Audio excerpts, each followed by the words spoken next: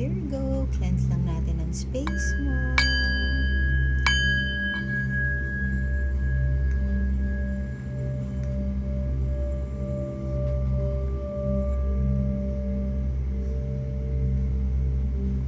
Okay, salamat sa pagbalik, dear Virgo. At kung bago tayo dito, salamat sa pagbisita.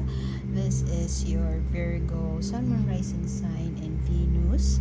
General reading tayo ngayon. Tagalog Express for the month of April. Kunin nyo lang kung ano yung bagay na nakaka-relate kayo. Kung hindi nakarelate, okay lang yun. Maaaring sa susunod, doon tayo makaka-relate. Pero naniniwala ako na meron at meron tayo makukuha dito sa reading na to, lalo na sa oracle card reading. So, echoing si Sinaida Seva. Rest in peace po. Ang mga ito ay gabay lamang. Tayo ay may free will, gamitin natin ito. So, alam niyo na yan. Salamat sa panonood, Virgo. Pinakamaraming viewers natin last month ay Virgo. So, salamat.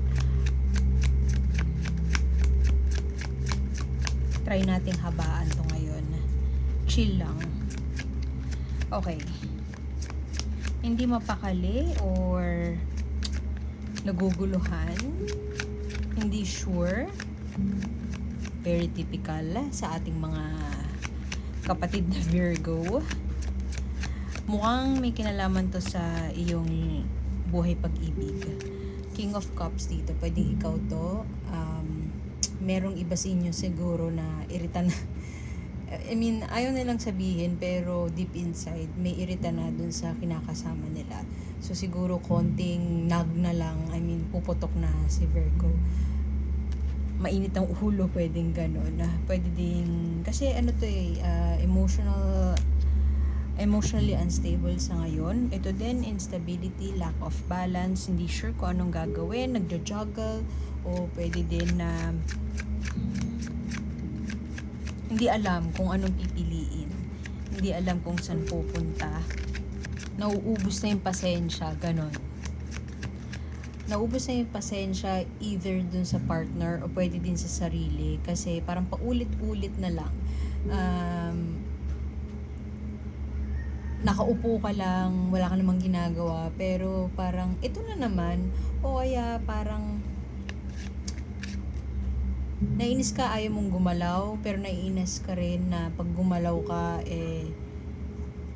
para magbabackfire sa'yo, hindi maganda yung resulta. So, gusto mo may mangyari, pero wala tayong ginagawa.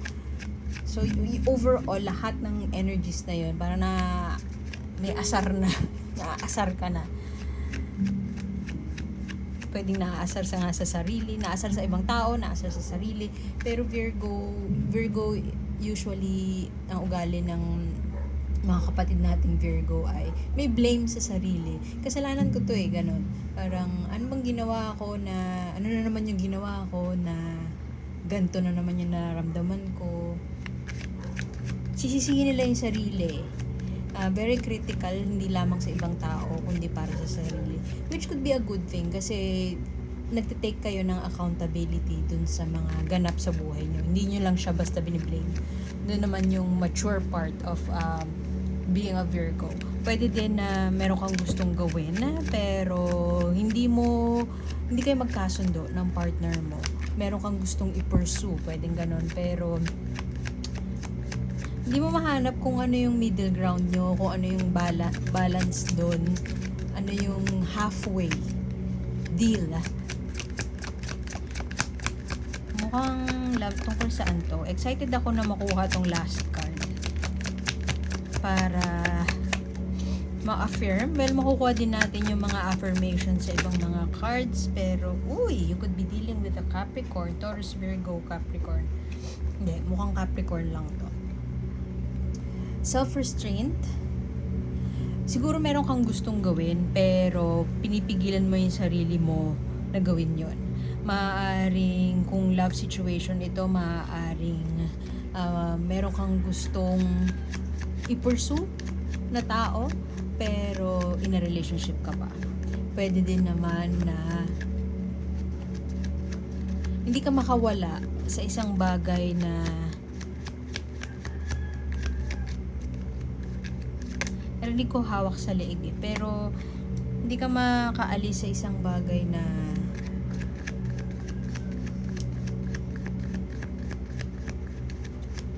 stuck ka na dun. I mean, ayaw mo sabihin na stuck ka eh, pero stuck ka dun eh. Pwedeng parenthood, pwedeng responsibility sa family mo. I mean, family, not only family as in asawa, anak, pero pwede ding family as in breadwinner ka, family parents mo, breadwinner ka. And siya yung responsibilidad na inaako mo na noon pa. Pwedeng sinasabi mo ting kasalanan ko to, blah blah blah, dapat hindi ganito, pero you would be happy to help people around you. Yun nga lang nga, parang hindi ka na makaalis dun, parang stuck ka na dun, and part of you parang ay, hindi ko yata gusto yung gantong setup. So parang naguguluhan ka, or parang magkahalong inis, inis sa sarili, inis sa paligid mo, magkahalong inis, frustration. Hindi ko pa nakikita yung pagod, pero definitely maaaring yung iba sa inyo naramdaman na yun. Pwede din yung iba sa inyo, meron kang thought na nag-obsessing about a thought, pero ayaw mong gumawa ng paraan para isakatuparan yung thought na yun. Pwedeng mag-apply ng bagong trabaho, pwedeng i-pursue nga yung ibang tao, ligawan yung ibang tao, o kaya kaibiganin yung isang tao na interesado ka. Obsessed ka lang sa thought na yun, pero part of you parang siguro natatakot ka sa rejection. May alam ka na dapat mong gawin pero ayaw mong gawin. Siguro doon ka din naiinis sa thought na bakit ayaw mong gawin. Parang ayaw mong tumayo yung butt mo, ayaw umalis doon sa inuupuan mo, and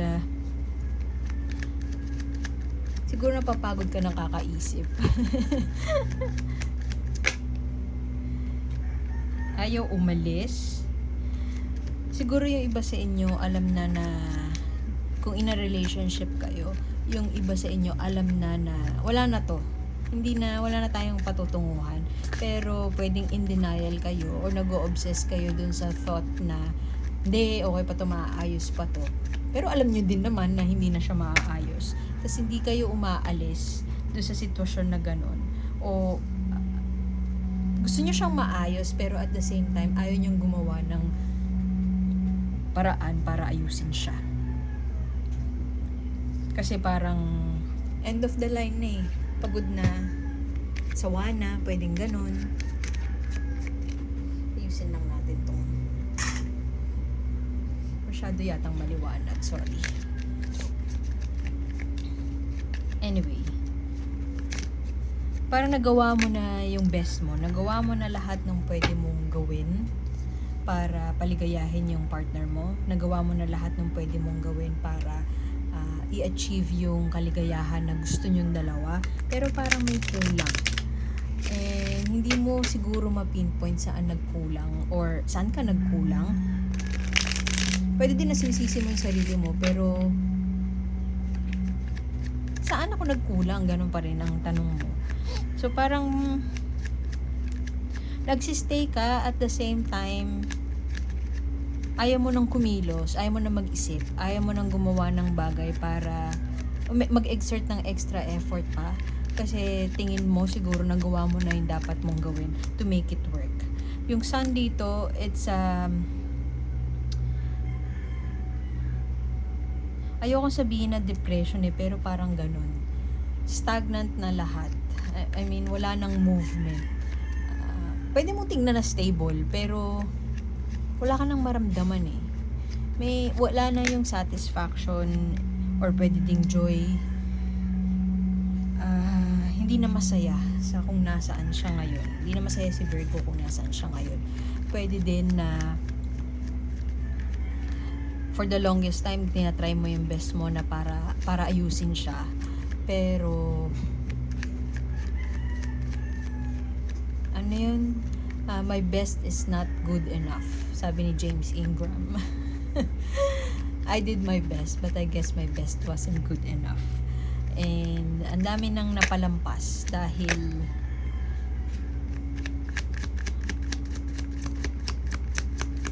try ka ng try na mag-work siya, pero wala naman nangyayari. So ngayon parang ayaw mo na. I mean, may part of you gusto nang umalis, pero alam mo na pag umalis ka, dadalhin mo siya, pag-iisipan mo na naman siya. So might as well, wag na lang ako kumilos, no? Wag na lang akong gumalaw, ganon. Ayaw mo na siyang pagtrabahuhan, pero overall, magtrabaho ka man o hindi, gawin mo man ng effortan mo man o hindi, ganon pa din at may ano pa rin, lungkot or hindi na masaya. Paulit-ulit ako, no? Pero yun, no, hindi na masaya. Siguro ngayon nagdadalawang isip ka or nag-iisip ka ulit. Parang, ano ang gagawin ko? Anong kaya ang gagawin ni Virgo? Nag-iisip si Virgo ng gagawin niya na hindi niya naman talaga gagawin. Alam mo yun? Nag-iisip ka ng plano pero alam mo naman sa sarili mo na hindi mo gagawin yung kung ano man yung planuhin mong yun. Pero magpaplano ka pa din. Kasi gusto mo magplano. Ganon. Siguro kung meron man lungkot na nararamdaman ngayon, hindi mo din alam kung paano i-address yung lungkot na yun.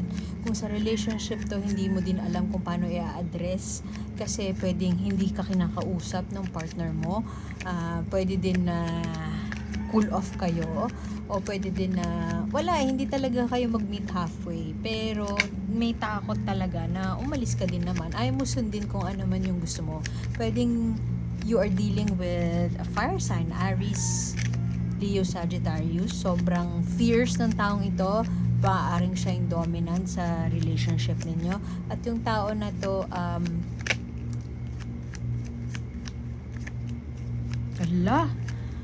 yung tao na to ay pwedeng ayaw makinig sa'yo. Gusto niya, kung ano yung gusto niyang gawin, yun yung mangyayari.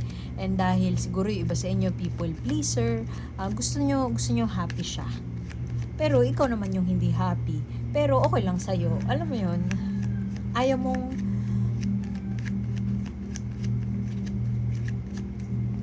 ewan ko, parang ayaw nyong paligayahin ba yung sarili nyo. Napahala ako kasi ikaw to, di ba? King of Cups. Parang familiar to, ha. Ito din yata, ganito din yata yung English reading ninyo. King and Queen of Cups. Kung tutuusin, soulmate connection to. Pero, dalawang queens ang nakikita ko dito. Maaring torn between two lovers tayo. Isang dominant, isang fierce, at isang matigas ang ulo, very passionate, very strong ang personality. At isa naman na very nurturing. Parehas to ng energy mo. Pwede ding Cancer, Scorpio, Pisces ang kadil nyo ngayon. Kung yung iba sa inyo in a relationship, yung isa dito, yung karelasyon nyo, tas yung isa, yung gusto nyong mag-move towards, gusto nyong puntahan, gusto nyong lapitan. Kung sino man itong Queen of Cups na ito, very nurturing, very in touch with his or her emotions. Pwedeng artist tong taong to. Pwede ding nurse siya. Pwedeng, basta may caring and compassion kind na tao. Pero may saltik din siya kahit papaano.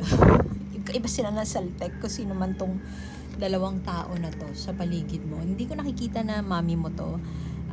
Nakikita ko somebody na ka-level mo. Ka-level mo tong dalawang to. Maaaring yung isa dito creative katulad mo, tas yung isang tao naman ay nurturing and kind katulad mo. Pero yun, ikaw to, diba? Yung King of Cups. Ito si soulmate, si Queen of Cups. Maaaring hindi mo pa siya na-meet. Na-meet mo na pero hindi mo pa siya makapiling sa ngayon. Kasi yung iba nga sa inyo, maaaring iba sa inyo in a relationship nga. Pero kilala mo to. Pwedeng wala sila sa top of mind mo ngayon. I mean, pag tinanong ko sa'yo, oy, sino to? Hindi ka makakasagot ng pangalan. Pero kilala mo na sila. Na-meet mo na sila. Pero yun nga, pwedeng isa sa kanila, hindi mo kapiling sa ngayon. Hindi ko nakikita na lalapit sila sa'yo kasi may sarili silang inaatupag. Pero kung isa dito ay karelasyon mo ngayon, pwedeng tong tao na to ay naglang ng nag sa'yo.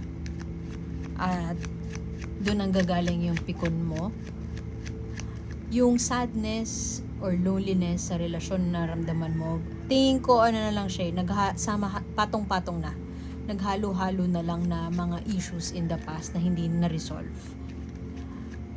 Pero sa ngayon, kung meron kang nararamdaman, parang may bigat na paikot-ikot ka lang, hindi mo alam ang gagawin, pero at the same time, gumagawa ka ng effort para pag-isipan kung paano susolusyonan yon. Pero paikot-ikot ka lang doon sa solusyon, at meron kang kina-o-obsesan na bagay. Pwede din na pinipigilan mo yung sarili mo na, ewan ko, magtaray, pinipigilan mo yung sarili mo na mag-lash out, pinipigilan mo rin yung sarili mo na gumawa ng isang bagay na masyadong malakas ang moral compass ni Virgo, at ayaw mong makasakit ng ibang tao. Kaya siguro hanggang sa utak mo lang yung mga plano na naiisip mo. Pero overall, aminin mo man o hindi ka na masaya. Tapos parang, arguments. Pwede din na malagi na kayo nag-aaway, pero ikaw yung nagbibigay, ikaw yung nagpaparaya, ikaw yung nagpapatawad. Siguro iniisip mo din na parang, gusto ko nang graduate doon. Kasi ito na siya, parang nag-plateau na. Itong Four of Cups. Pwede din nagko-contemplate ka. Wala nang excitement, wala nang kilig, wala nang thrill. Pero, mahal mo yung tao eh. That's what love can do. Pero ito, yan, dami double whammy. Ito yung sadness and emotional dissatisfaction. Hindi na masaya, hindi na siya happy. I mean, pwede din na meron kang gustong gawing ridiculous. Let's say, iwan mo lahat and travel, pero hindi mo ginagawa kasi niisip mo yung masyado kang mindful. I'm not saying na bad thing yun pero mindful ka dun sa magiging reaction ng tao sa paligid mo, ng common friends nyo siguro, ng family members mo. Pero yun, you could be nasa codependent ka siguro na relationship. Kung hindi toxic, ay ang dami masyado. Codependent, so natatakot ka na iwan yung relationship kahit alam mo sa sarili mo na hindi ka na masaya. May pag-travel pero at the same time meron ding yung thoughts of travel siguro, pero wala, hanggang plano lang tayo, hindi mo maiwan. House of Flowers. How can you look at the situation on a different light? Siguro paano ang challenge sa ni universe is paano mo gagawa ng action yung mga bagay na kino-contemplate mo. Kung halimbawa may plano ka na gawin ng isang bagay, sa paanong paraan mo bibigyan ng action yon. Hindi mo naman kailangan maging successful. Kailangan mo lang give it a try. I-try mo lang. Dun mo palang malalaman kung successful o hindi. Okay lang yun, dear Virgo. Siguro may takot kung na magkamali. Paano mo pagagandahin ang isang bahay, ang isang bagay na para sa'yo ay wala na. So, give it a try, dear Virgo. Yung message kasi ng card na to parang seeing things from another perspective. Yung bagay na pangit, paano mo makikita na maganda? Paano mo i-beautify, pagagandahin ng isang bagay na dead na?